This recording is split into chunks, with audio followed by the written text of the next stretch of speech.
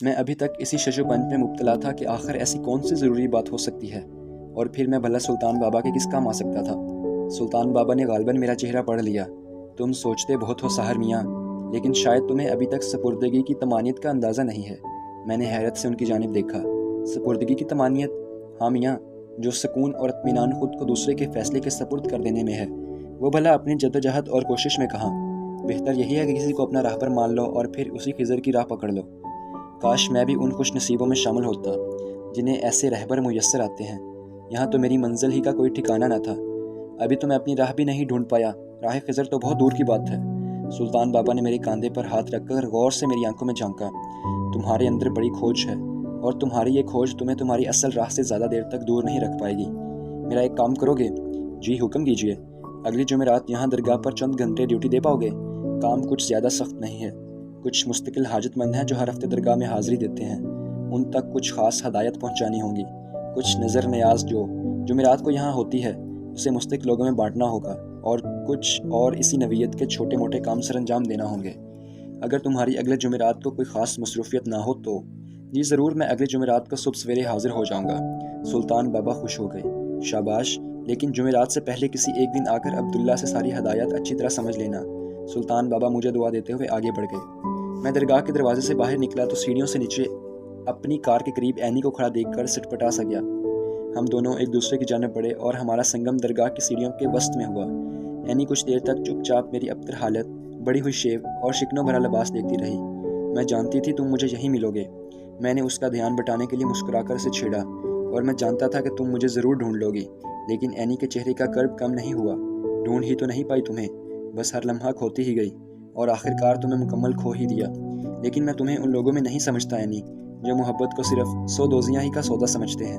کبھی کبھی تو یہ درد بھی بن مانگے نہیں ملتا۔ کبھی فرصت ملے تو بیٹھ کر سوچنا کہ ہماری دوستی میں تم نے کیا صرف کھویا ہی ہے۔ اینی نے ایک لمبا سا سانس لیا۔ ادھوری خوشی کبھی کبھی مکمل غم سے بھی زیادہ اذیت ناک ہوتی ہے سحر۔ بہرحال تمہاری زبان سے ایسی باتیں سن کر اچھا لگا۔ شاید یہ بھی اس ہستی کی دین ہے۔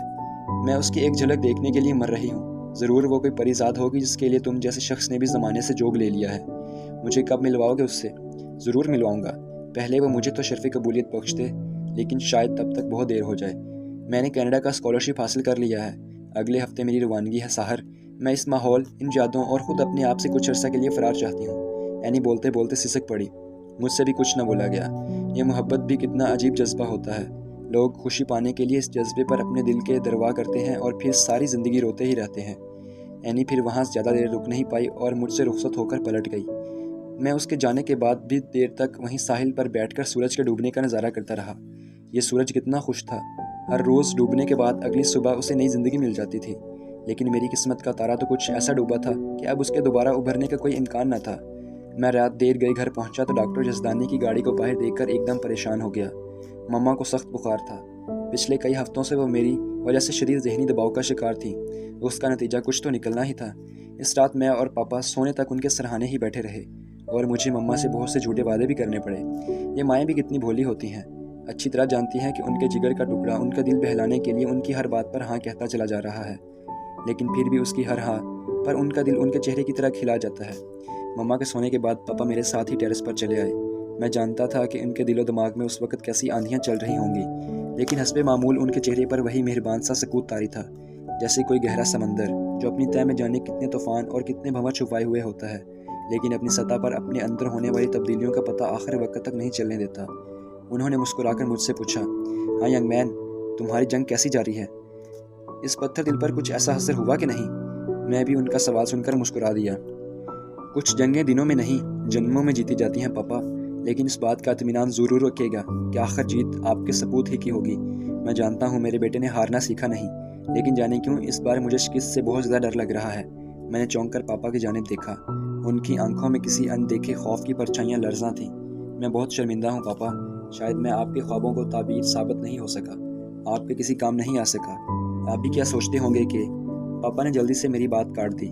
نہیں، بالکل نہیں، میں یا تمہاری ماما ایسا کچھ بھی نہیں سوچتے۔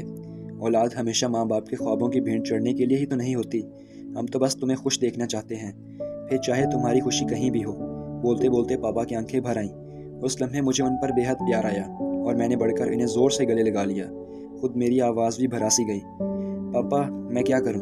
مجھے اس کے علاوہ اب اور کچھ سوچتا ہی نہیں، کوئی اور لبھاتا ہی نہیں۔ میں اتنا بے بس تو کبھی بھی نہیں تھا، لیکن میں آپ سے وعدہ کرتا ہوں کہ میں اس بھیڑ میں شامل نہیں ہوں گا جو اس راہ پر ناکامی کے بعد بھٹک کر کہیں کھو جاتی ہے۔ میں ان اندھیروں میں اپنی روح کو کبھی بھٹکنے نہیں دوں گا۔ میں جانتا ہوں اور مجھے تم پر پورا اعتبار ہے۔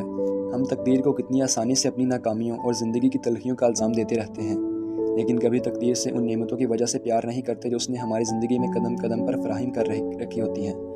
میرے ماں باپ بھی تو قدرت کی ایک ایسی ہی نعمت تھے جن کے بدلے قدرت کا ہر ستم گوارا تھا۔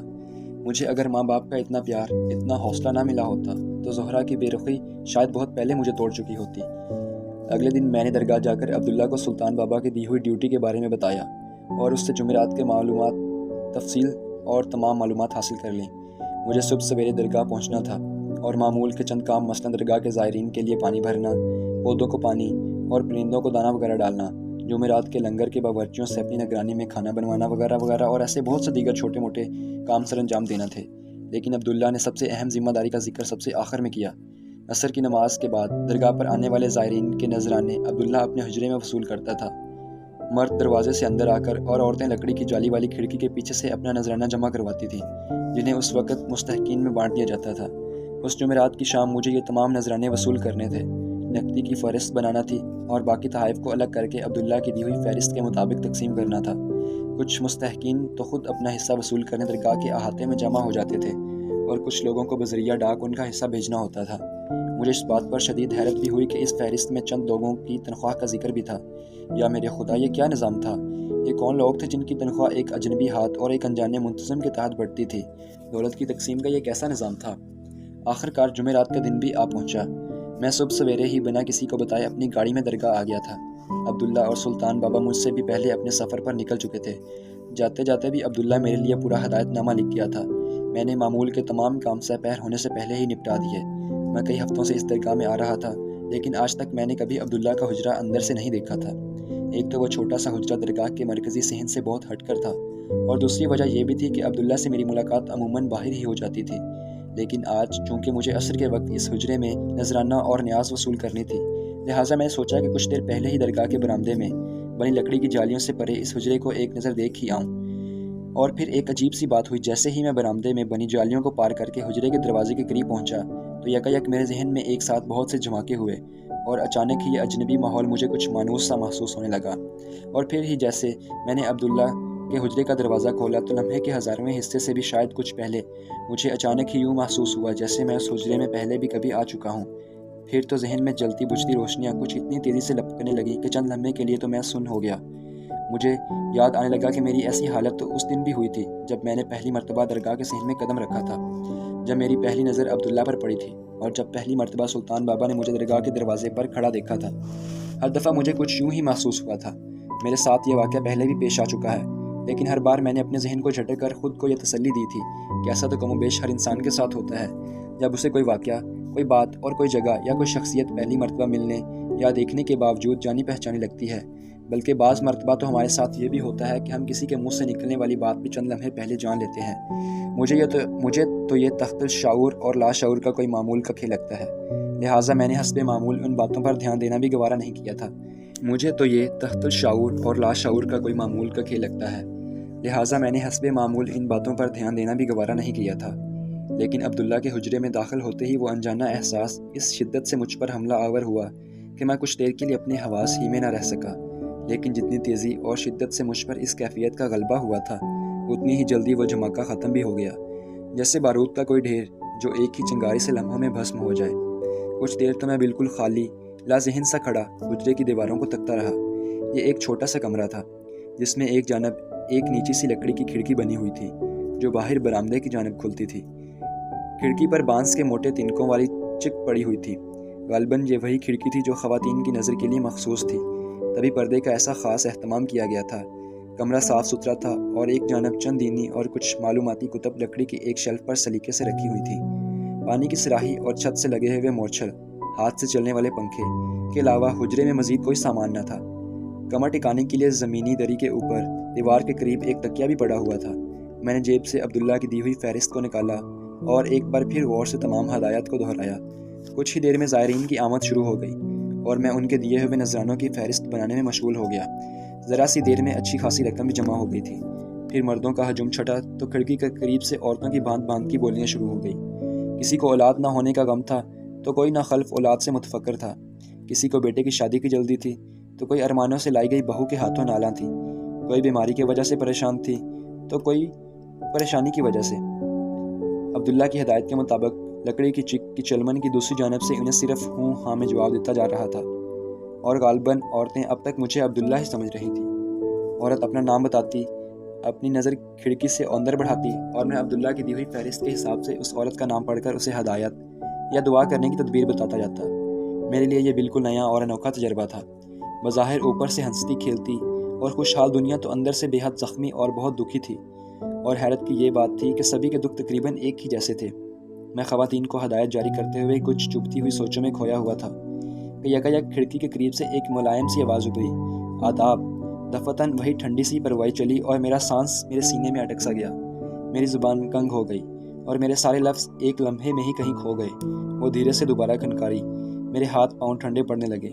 ہاں، یہ تو وہی تھی۔ میں نے جلدی سے عبداللہ کی دی ہوئی فہرست پر نظر ڈالی، لیکن اس نے مجھے زہرہ کا نام یا اس کے لیے کوئی بھی ہدایت لکھی ہوئی دکھائی نہ دی۔ میں نے چلمن سے ذرا سا باہر جھانک کر دیکھا۔ ہاں، وہی تو تھی، صرف ایک دیوار کے فاصلے پر مجھ سے اتنا قریب کہ میں اس کی سانس لینے کی مدھم آواز بھی سن سکتا تھا۔ ایک لمحے کو میرا جی چاہا کہیں وہاں سے اٹھ کر بھاگ جاؤں، لیکن میرے قدموں نے تو میرے جسم کا بوجھ بھی سہنے سے انکار کر دیا تھا۔ بھاگ کر کہاں جاتا؟ زہرہ بھی دوسری عورتوں کی طرح یہی سمجھ رہی تھی کہ کھڑکی کے پار عبداللہ بیٹھا ہوا ہے۔ وہ چند لمحوں تک جواب کا انتظار کرتی رہی اور پھر دھیرے سے اپنی جھرنوں جیسی گنگناتی آواز میں بولی، ہماری نیاز قبول فرمائیں۔ میں نے چونک کر دیکھا تو اس کا مخروطی ہاتھ چلمن سے اندر جھانک رہا تھا۔ میں نے گھبرا کر اس کے ہاتھ میں پکڑا خط کا لفافہ جیسا چھوٹا سا لفافہ لے لیا۔ شاید لفافے میں کرنسی نوٹ تھے۔ میری زبان سے صرف ایک ہی لفظ نکل پایا، شکریہ۔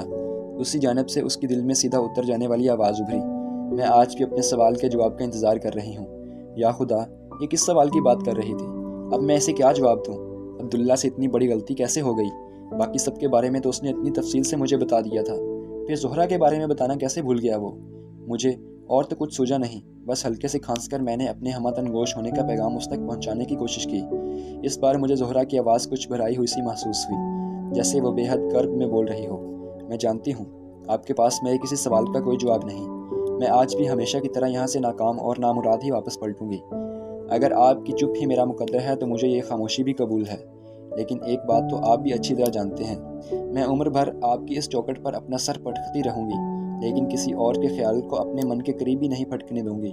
آپ سے محبت کی اگر یہی سزا ہے تو میں اسے اپنے اوپر لاگو کرتی ہوں اور اسے ہی اپنی جزا سمجھتی ہوں۔ میرے دل و دماغ میں جیسے جھکڑ چل رہے تھے اور سارا کمرہ بلکہ ساری دنیا ہی مجھے گھومتی ہوئی محسوس ہو رہی تھی، تو گویا اس زہرہ جبیں کے دل میں کوئی اور نہیں بلکہ خود عبداللہ ہی بسا ہوا تھا۔ اتنا بڑا دھوکہ، ایسا عظیم فریب تو کسی جانی دشمن نے بھی نہ دیا ہوگا کسی کو۔ پھر عبداللہ نے میرے ساتھ ایسا کیوں کیا؟ زہرہ جانے کب اٹھ کر جا چکی تھی۔ حسد، جلن اور قد کے طوفانیں میری آنکھوں میں مرچیں سی بھر دی تھی۔ میرا دل چاہ رہا تھا کہ میں اتنی زور سے چلاؤں کہ یہ ساری کائنات ہی پھٹ کر ریزہ ریزہ ہو جائے۔ میں نے ہاتھ میں پکڑے ہوئے اس لفافے پر نظر ڈالی جو ابھی کچھ دیر پہلے زہرہ نے مجھے تھمایا تھا۔ بہت سے بڑے کرنسی نوٹوں کے درمیان ایک چھوٹی سی پرچی لفافے سے باہر جھانک رہی تھی۔ میں نے بے دھیانی میں پرچی باہر نکالی اور اپنی سلگتی ہوئی نظریں اس ستم گر کی شستہ تحریر پر گاڑ دیں۔ پرچی پر صرف ایک شعر لکھا ہوا تھا، میرے جسم بوسیدہ میں ذرا جو جان باقی ہے، کسی کے لوٹ آنے کا کوئی امکان باقی ہے، وہ چاہے راستہ بدلے چاہے رابطہ بدلے، اسے مجھ سے محبت ہے، میرا ایمان باقی ہے۔ مجھے یوں لگا جیسے وہ لفظ نہیں، چھوٹے چھوٹے سے سنپولے ہیں اور وہ میرے دل میں کھپتے گئے۔ میں نے گھبرا کر پرچی وہیں پھینک دی اور تیزی سے دوڑتا ہوا حجرے سے باہر نکل آیا۔